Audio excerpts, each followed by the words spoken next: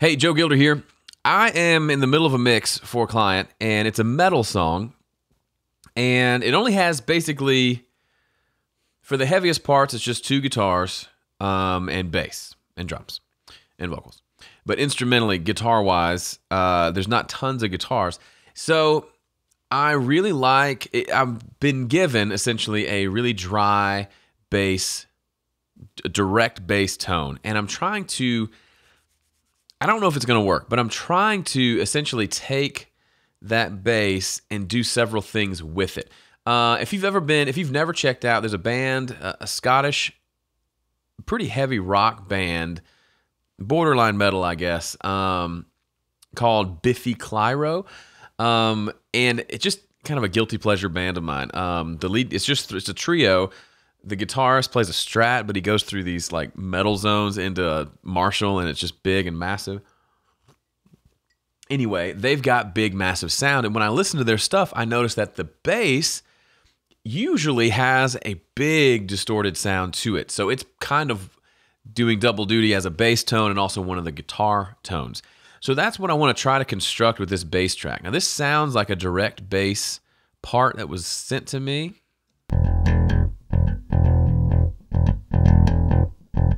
Okay, played with a pick. So we'll just start at the beginning of the song, and I'm just going to loop some of this. And I'm not going to play you the whole song, just the bass and the drums, because I want to show you kind of my thought process for how I want to construct this. So here's bass and drums.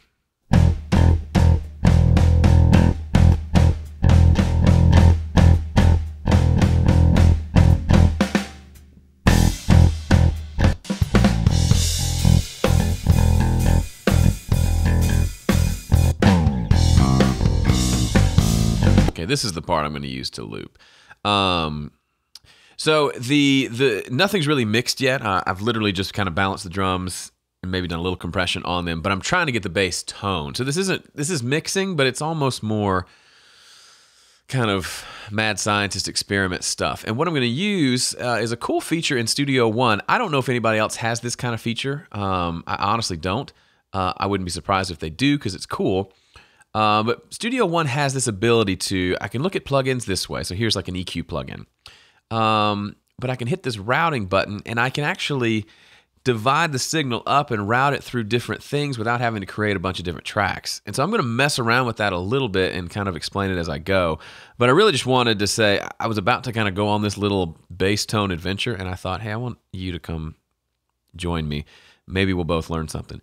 So I know I need some distortion. I don't necessarily want to use amp modelers. I think I just want distortion and kind of piece that out and just send just some of the bass through that. Obviously, I've got EQ there. Another thing I want to mess around with is compression at the very beginning. Before all the distortion happens, compress and really get that bass snappy and consistent. I kind of like that idea. And then possibly throwing a chorus on there and trying some other things. But initially, what I want to try to do is just get it split up to where I've got a nice, clean, thick, warmed, low-end bass, and then a split of that is giving me that crunchy sound that I feel like I want in the mix. So first, let's do the compressor real quick. So let's go. I'll keep it at 50 and 50, maybe bring the release down a little bit. Go a little more aggressive and just kind of see what we can get.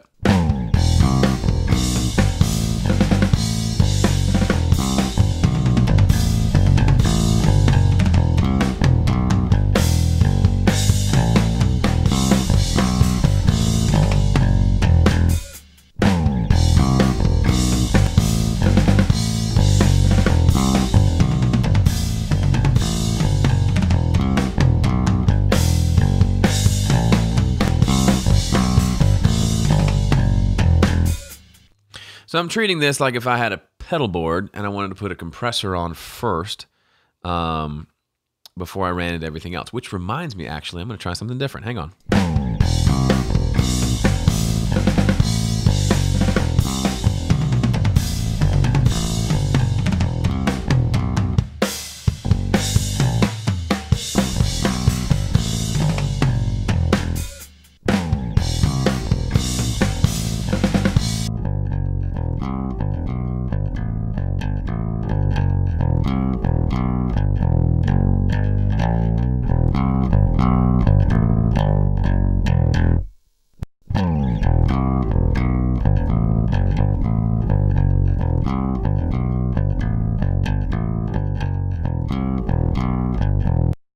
So that's really aggressive compression. I'm going to set the mix knob at 50%.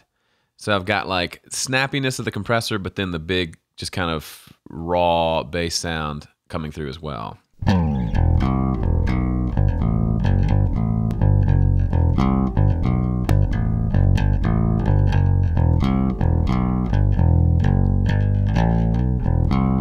Feels a little more consistent to me. I'm going to keep moving on. That's enough of that. It's just compression on the clean part of the bass.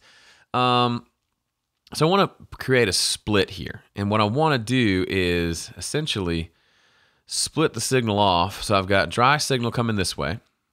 Okay. Clean bass here. Probably not going to touch it with much, if anything. And then distorted bass over here. So I can disconnect either side like this. As you can see, the connection is cut. If I hit play, you don't hear anything. So we're going to connect the distorted side and adjust this. Oh, hang on. I got to make sure the split is right. This is a normal split. So I'm sending the entire signal through each chain. You can split it up to where I'm sending certain frequencies to one side and another, kind of a multi-band processing thing. I'm not going to get into that because I don't think I need that. Who knows? Maybe. It's kind of a fun experimental place. But I'm going to mess around with distortion. This is the distortion that comes with Studio One. I like it a lot.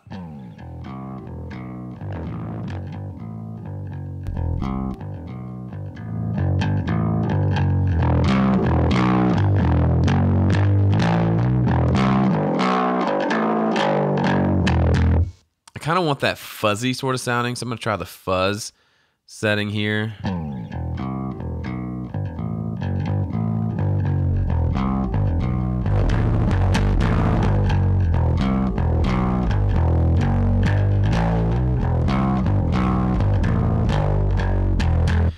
I like the soft tube better, just having it driven a lot. Whoa, that's hard tube. Let's try softer.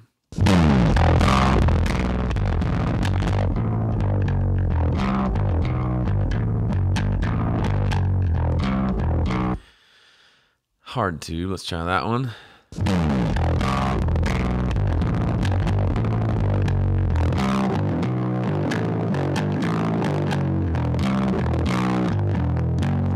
Problem you get a lot with using distortion on bass is you get a lot of that warbliness.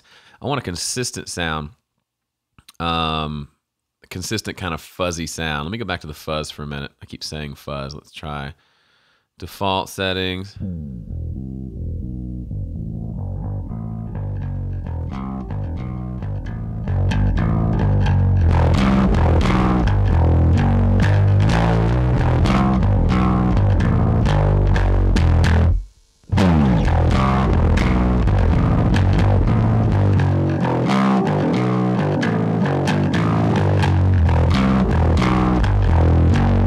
So I like letting the low frequencies in. I like what it does to the way the distortion works. Then I can use the EQ after the distortion. If we look here, we've got EQ coming after. We can roll off some of that low end because we're going to get low end elsewhere. I really want just a thickness of kind of crunchy tone here.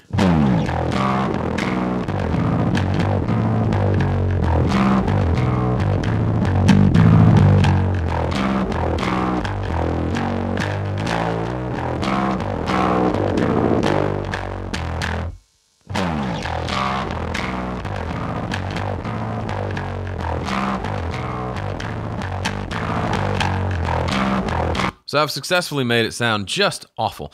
And the fun thing is I might get to the end of this experiment and hate the sound that I get. But let's add in the original bass and see what it sounds like now. So that's the original.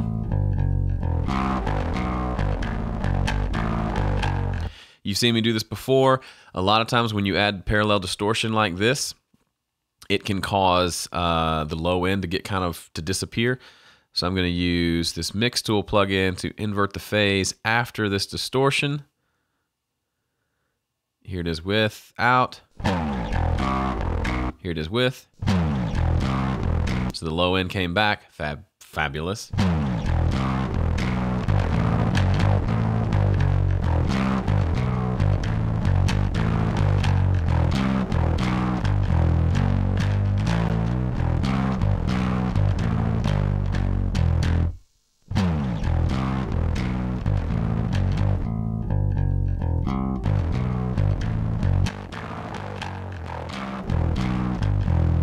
That's interesting. If I listen back with the drums.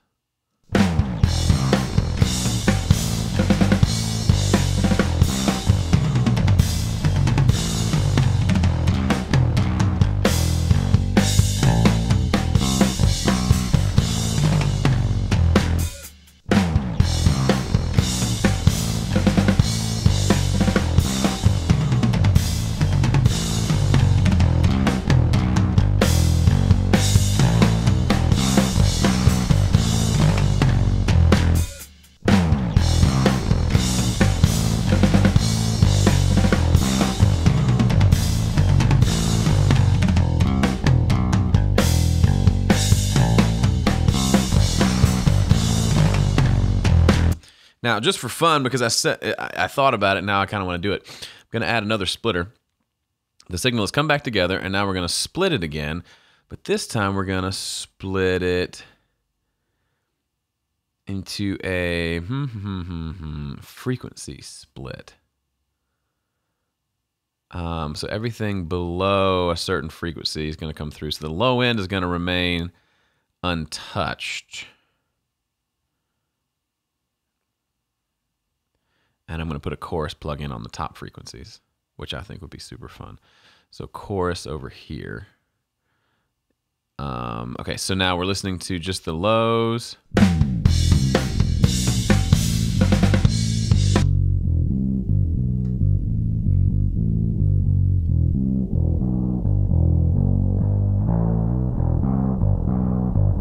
So that's the low end below 1K, the top end.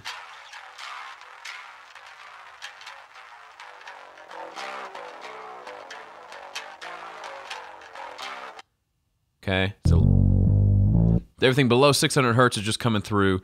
Everything above is going through this chorus plugin, and I'm going to see what I can do here. It'd be cool to give it some width, because there's not much in this instrumentation.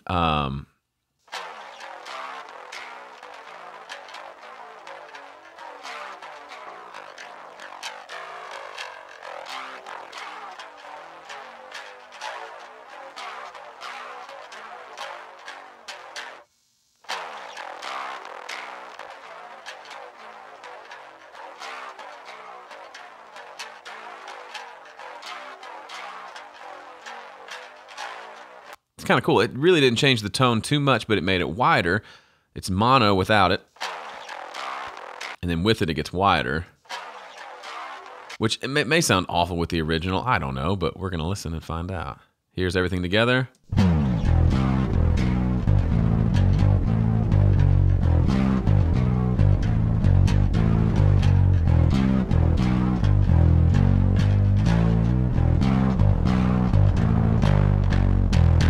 Yeah, it sounds more awful without it. Let's change this to a normal splitter instead, and we're going to just send the bass through the chorus. You know what? Let's get rid of the splitter because I didn't like what I did there. It was a fun while it lasted. Remove this. Let's put the chorus plug in over here on this other side after the distortion.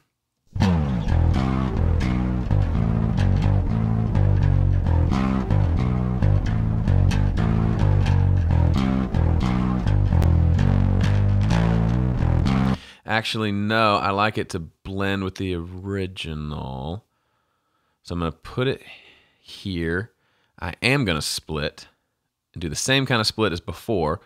But this time only the low frequencies are going to come through. Or no, I'll just leave the chorus where it is.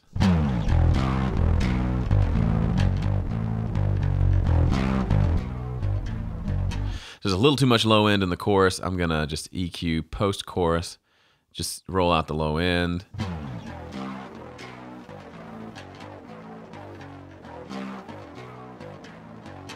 So we've split it again.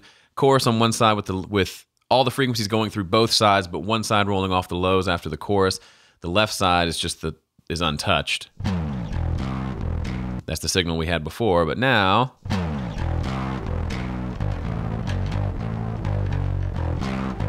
we could even get crazy and throw this binaural pan on here, which can just it'll actually just add more width.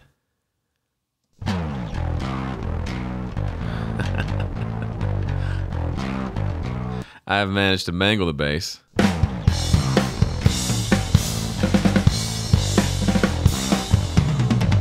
So now the width and the stereo thing's too much. We just bring it down here. That path is getting turned down.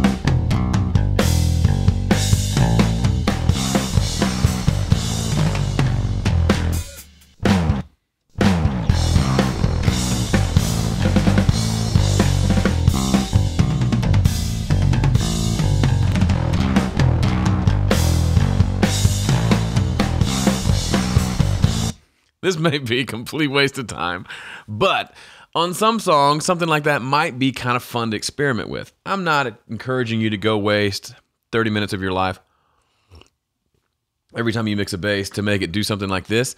Honestly, and I'm sure there are a lot of bass players pounding their faces saying, why is he doing this? And I'm kind of wondering as well. But, I thought it would be fun to just see, and I'm not sure what I think about it yet.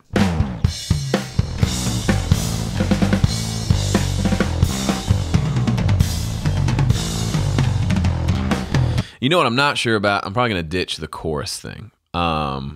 It's a little too cheesy. So chorus, that EQ, the binaural pan, and the chorus we'll just get rid of. Which means I can get rid of the splitter. So now we're kind of back to where we were. And I just added that mix tool at the bottom because I lost some volume along the way.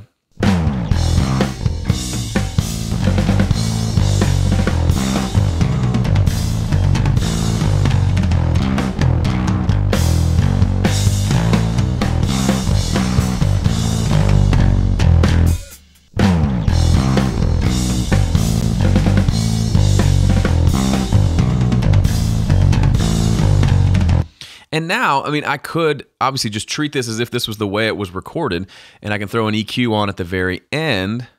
Come on, EQ at the very end. Here you go. There you go. And then I can just EQ the bass like I normally would.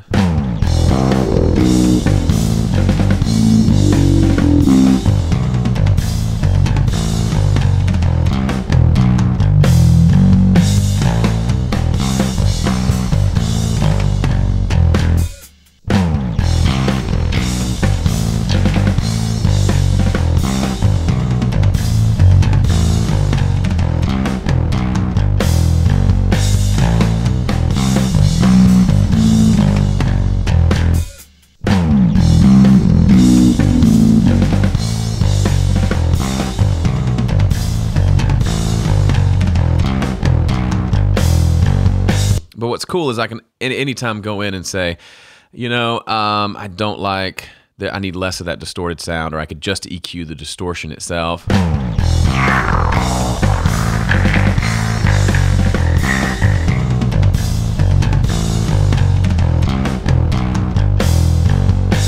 But when the guitars come in, so yeah, anyway, I think it could work. That's it. That's experimental bass time. Thank you for coming to the lab. Have a nice day.